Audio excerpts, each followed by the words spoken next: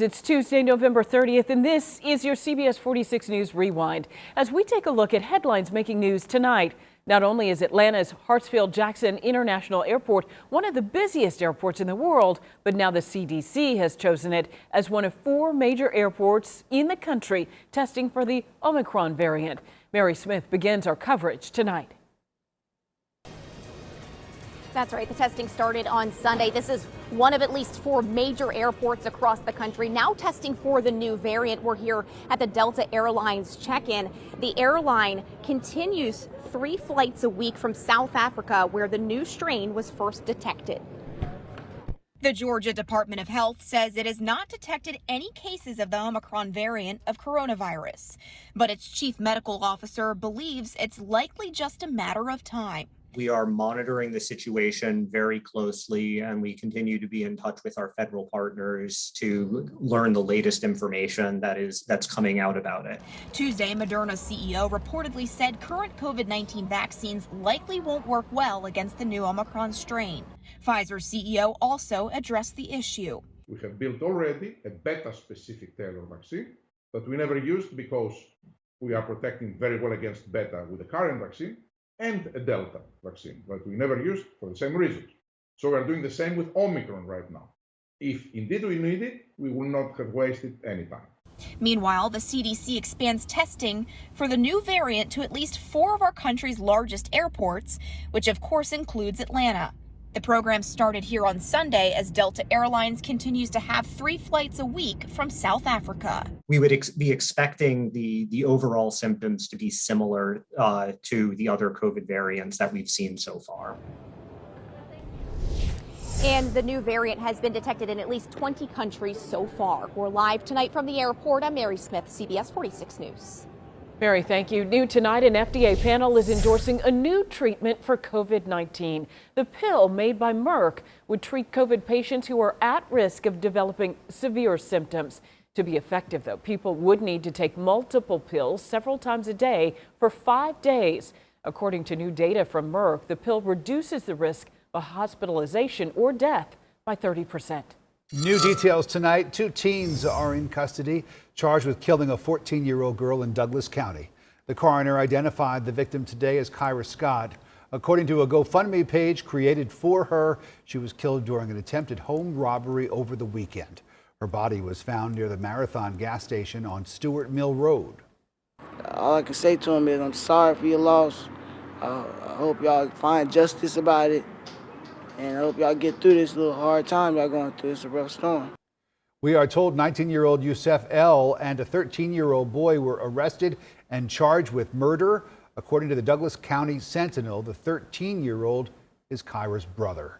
We are waiting for the Douglas County Sheriff's Office to confirm those difficult details, and we will update you as soon as we learn more. The man accused of accidentally setting off a gun inside Atlanta's airport last week is now in custody. Kenny Wells just turned himself into the Clayton County Jail. Investigators say there was a gun in a bag that was being checked at Hartsfield-Jackson when an agent noticed Wells allegedly tried to snatch the gun back, causing it to go off. That incident caused panic at the airport. You see a number of people running there outside the terminal, causing hundreds of people to stampede to try and get to what they thought was safety. Well, still ahead, developing tonight, a nationwide supply chain crisis could be impacting your holiday cheer. Christmas tree prices, they are skyrocketing right now. Well, higher gas prices, a truck driver shortage, spiking supply costs, and some of the reasons that you'll be paying more for trees this year. Our Tori Cooper spoke to a lot owner who's been in the business for more than 70 years. And he talked about the impact locally. But yeah, everything is up. Everything is hard to get, kind of hard to find help again. It's a Christmas time, not on the consumer side. I guess first and foremost, higher price. I mean, all of our 7 lots this year, all of the leases went up on each property. So, there's things like that we have to make up for. Obviously, each tree, the farmers essentially have the upper hand because there's less trees. Everybody wants them. And so each tree that they wholesale to us and other retailers is up. So we got to make up for things like that. John Lividots has been working for his Big John Christmas Tree family-owned business for the last 20 years. And he says the supply chain issues happening nationally are now hitting home in a big way. And then all the nickel and dime things like the twine that we provide, the netting that the trees go through. I mean, all the various things are up. So it affects the customer at the price point. The rising costs now trickling down to Santa's helpers, as prices for Christmas trees in his lot are now up 10 to 20%. We lost, I think, all of our original truck drivers. He says they lost several veteran delivery drivers, and replacing that support hasn't been easy. Making matters worse, a series of natural disasters made it harder on tree growers to keep up with the demand this year. Lividot says it was difficult to even stock their 9 lots in metro Atlanta, and the demand is already higher than the supply. It is. Oh, yeah, it's definitely still up. Again, a lot of these people who are big into Christmas, they all get it. And we'll have one more big weekend coming up for sure. I think 2 more trucks coming in max, and that'll be it. So. Yeah, just take a look at this Christmas tree, right? This is about the average size Christmas tree that you would want in your house for your family. The price tag on it, $224. This last year would have been around $180. You could buy a whole other gift for $224. At least I could. So if you needed a reminder to get out and grab your Christmas tree, they say all of these are going to be gone once they are. So they're not going to be restocking anytime soon after they have their last delivery. Reporting in Buckhead, I'm Tori Cooper, CBS 46 News. Well, millions of packages are being delivered for the holidays, and some Atlantans are fed up with how those packages are being dropped off, literally dropped off. A homeowner in East Atlanta recorded this delivery worker driving up on her sidewalk, then tossing one of her packages out of the window onto the ground. The homeowner, Nicole Tavares, says luckily that item wasn't fragile, but she is still frustrated. I was a bit annoyed mostly. It was obviously delivered without any care whatsoever. They could have just put it in the mailbox that was right there. It was an item that would have fit in the mailbox. Tavares isn't alone. We're told several neighbors in this East Atlanta neighborhood have posted online about delivery drivers' careless acts in recent weeks. A Metro Atlanta tax preparation business and his wife will be sent to prison for fraud. Terrari and Farah Collins pled guilty to defrauding the Small Business Administration. Tiari, who owned and operated the Collins Financial Services Group, also pled guilty to filing thousands of fraudulent tax returns. Those returns resulted in a loss of at least $3.8 million to the IRS. The sentencing for the couple is set for March. An Alabama woman accused of stealing from Walmart was just awarded $2 million. Back in 2016, Leslie Nurse was stopped at a store and accused of stealing groceries she had already paid for. The charges were later dropped, but in December of that same year, she started getting letters from a Florida law firm threatening to sue her if she didn't pay $200. Well, that was more than the total of the groceries. Well, Nurse says Walmart directed the law firm to send the letters to her. This week, a judge awarded her $2.1 million in damages. Welcome back. Good news, Braves fans. The manager of your World Series championship team, the Braves, is sticking around a little longer. Today, the team announced that Brian Snitker's contract has been extended to 2024. Snit first joined the team in 1977 as an undrafted free agent. I love that shot. He was named National League Manager of the Year in 2018. Well, now at 5, a Cobb County community could become Metro Atlanta's newest city. Several people living in East Cobb believe a new study proves that they would be more profitable if they decided to incorporate. CBS 46's Adam Murphy live in East Cobb with reaction. Adam. Well, good evening, Rick. Right now, East Cobb is an unincorporated area, much like Buckhead is to Atlanta, but many people here would like to change that. In fact, we talked to some people here at the East Cobb Park today that are in favor and some against, but bottom line is, if it becomes a city, then they would be able to provide their own services like police and fire and make their own zoning decisions.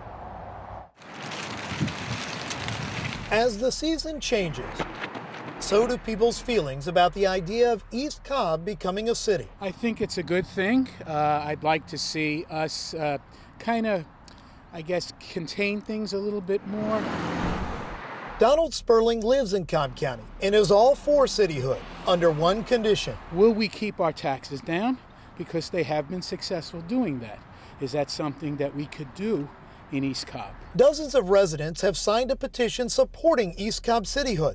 Plus, a nonprofit committee was formed to conduct a feasibility study. Welcome to our 4th virtual Town Hall brought to you by the East Cobb Cityhood Committee. A recent Georgia State University study shows that the area would be able to provide at least 4 services and sustain itself as a city without raising taxes. The study concluded that not only is the cityhood financially feasible, East Cobb would actually operate with more than a $3 million surplus. I don't like that idea. Tracy Bloomer lives in East Cobb and is opposed to cityhood. According to this map devised by the committee, the proposed city would run from Shallerford Road south to the Chattahoochee River and extend from as far west as Murdoch Road east to the Cobb County line. I feel like we're a community of Marietta, and we shouldn't feel like there's a separate West Cobb, East Cobb. And I think sometimes East Cobb has a bad reputation for trying to be exclusive, and I feel like we should be more inclusive of everybody, especially today. Now, some state lawmakers have sponsored a bill to get East Cobb incorporated as a city. If approved in the state legislature, then the issue would be placed on the ballot, and that would probably happen sometime next year, and the people here in East Cobb would make the final decision. Live in East Cobb tonight, Adam Murphy, CBS 46 News. All right. Legendary golfer Tiger Woods says he does not expect to play full-time golf again. That revelation coming from the first public appearance on a golf course since a devastating car crash 9 months ago. CBS 46's Rob Hughes has the latest. It's an unfortunate reality, but it's my reality. Just 9 months ago, it was the haunting scene that rocked the sports world. Breaking news. It is not clear tonight if the world's most accomplished golfer will play the sport he has defined for decades ever again. Woods had been speeding along a stretch of roadway in California when he lost control of his car, triggering a violent rollover and causing multiple open fractures to his right leg. I wouldn't say 50-50, but it was damn near there, but I was going to walk out of that hospital with one leg. The 45-year-old had to relearn how to walk after doctors inserted a metal rod in his tibia, as well as screws and pins to stabilize his ankle and foot. He says he was reminded of advice his father gave him years ago when faced with adversity. This is where my dad's philosophy or dad's teachings came into play because of being in the military. The little small goals lead up to bigger goals, and I applied it, and it worked. One of his greatest motivators, the prospect of playing golf again with his 12-year-old son, Charlie. The two teamed up last December, just 2 months before the crash. Eventually, I would like to, play with Charlie and watch him play. I went to golf tournaments to watch him play. This video, posted by Woods last week, showing off his swing, led to speculation about his return to the sport.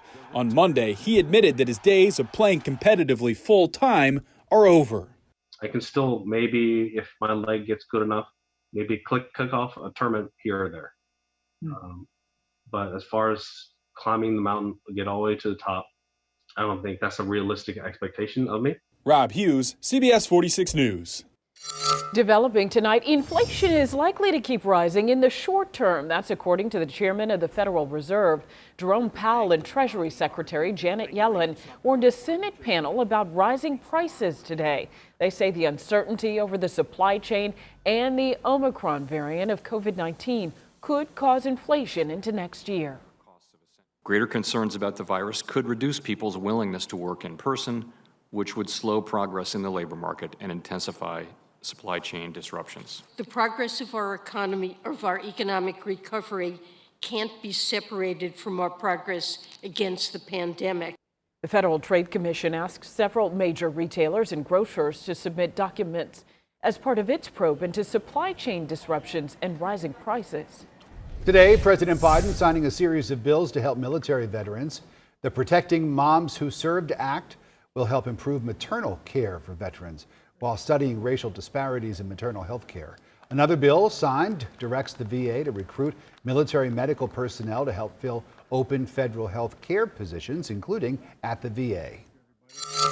Dr. Oz could soon become Senator Oz. The celebrity surgeon is planning to run as a Republican for Pennsylvania's open U.S. Senate seat. The 61-year-old announced his candidacy today. Pennsylvania's Republican field saw a big shakeup earlier this month when the early frontrunner suspended his campaign. Symbols of the holiday season decorated with lights and all kinds of trinkets will soon be on display. It's the Festival of Trees, and it kicks off tonight at the Georgia World Congress Center. CBS 46's Rodney Harris gives us a sneak peek. We are at the Georgia Festival of Trees, the first annual Festival of Trees, right here at the Georgia World Congress Center. These trees are special. You can come and see them and grab one for yourself all week long through Saturday. And I'm with the founder of the Festival of Trees, Angie, and this kicks off tonight with the special auction. It does. We're having our first auction tonight. It's very exciting. You can come, you can bid and win anything from a big Christmas tree all the way down to a little one. And we have wreaths, centerpieces, and nativities too. It is a sight to see. It'll be worth your time to get out here and take a look. And I hear, Angie, there's something for the kids too. Yes, starting tomorrow through Saturday, we're going to have lots of fun things for the kids to do. We have a children's area called Reindeer Games. Santa will be here with his sleigh. You can get pictures. And there's just a lot of fun things to see and do all over the festival. We'll have live entertainment. You don't want to miss it. All right, Angie, I like this tree right here, this white one right there. That's my favorite. Come out, check out the trees. You can get one for yourself. They will be here through Saturday, and we're going to put that information in the CBS 46 app. Well, thanks for watching CBS 46 News. Watch us live wherever you are on our mobile, on our streaming news app. And you can also watch us on Roku, Apple TV, and Fire TV.